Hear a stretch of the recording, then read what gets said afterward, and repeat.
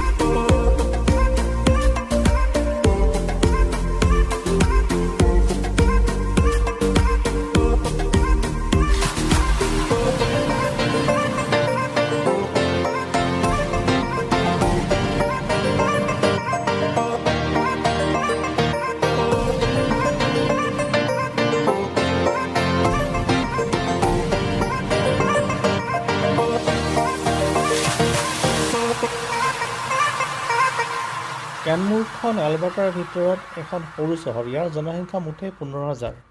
ক্যানমোৰলৈ গোটেই বছৰটোতে যথেষ্ট সংখ্যক লোক পৃথিৱীৰ বিভিন্ন প্ৰান্তৰ পৰা আহে। গৰম দিনত ট্ৰেকিং কৰিবলৈ আহে আৰু উইণ্টাৰৰ সময়ত স্কি কৰিবলৈ আহে। আহকচোন এই ওচৰৰ পাৰ্কখনৰ পৰাই আপোনালোকক দূৰেদি ক্যানমোৰখন দেখাওঁ।